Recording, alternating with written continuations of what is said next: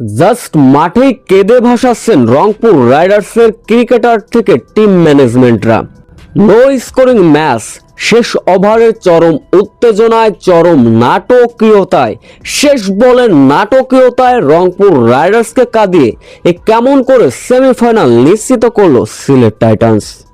Eliminator match, বাঁচা মরার match, টেনে টুনের প্লে অফ নিশ্চিত করা রংপুর রাইডার্স, অন্য প্রান্তে শক্তিশালী সিলেট টাইটান্স। ডেভিড মালান থেকে তহিদ হৃদয়, লিটন কুমার দাস, কাইল মায়ার্সরা দ্রুত সাজঘরে ফিরলেন। তবে মেহেদী হাসান মিরাজ এবং খুশদিল শাহ 60 রানের পার্টনারশিপ গড়লেন। কিন্তু খুশদিল শাহ 30, মাহমুদুল্লাহ রিয়াদ 33 রানে যখন সাজঘরে ফিরলেন, 9 উইকেট 20 ওভার 111 রান তুলতে পেরেছিল স্কোর বোর্ডে। এই লক্ষ্য তাড়া করতে নেমে সিলেট টাইটান্সও করতে পারলেন না নিজেদের নামের সুবিচার। তৌফিক ব্যক্তিগত 2 রানে ফিরলেন পারভেজ ইমন 18 রানে, আরিফুল ইসলামও ফিরলেন 7 রানে। এরপরে সিলেটের অধপতনের গল্প। ফিরে গেলেন আফিফ হোসেন ধ্রুব, 8 ওভারে 44 রানে ওরাও হারিয়েছিল 4 উইকেট।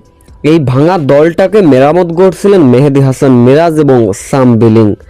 কিন্তু সিলেটের দলীয় রান যখন ছিল 16.5 বলে 94, ঠিক তখনই মেহেদী হাসান মিরাজ সাজঘরে ফিরলেন, যার ফলে ম্যাচটি চলে যায় চরম উত্তেজনায়। 19তম ওভারে মুস্তাফিজুরের কাটার ভেলকি, সাম বিলিং এর অসাধারণ ক্যাচ নিলেন তহিদ হৃদয়, যার ফলে শেষ ওভারে সিলেটের জয়ের জন্য প্রয়োজন ছিল 9 রান। শেষ ওভারে বল হাতে তুলে নিলেন ফাহিম আশরাফ, পরপর 3টা বল ডট দিলেন, মঈন আলীর মতো ব্যাটারকে সাজঘরে ফাটালেন। শেষ বলে তাই সিলেটের জয়ের জন্য প্রয়োজন ছিল 6 রান। ক্রিস ওয়ার্ক ছক্কা মারলেন, রীতিমতো এই ছক্কায় জয় তুলে নিল সিলেট টাইটান্স। হারের পরে রীতিমতো কেঁদে দিলেন রংপুর রাইডার্সের ক্রিকেটার থেকে কোচ এবং টিম ম্যানেজমেন্টরা।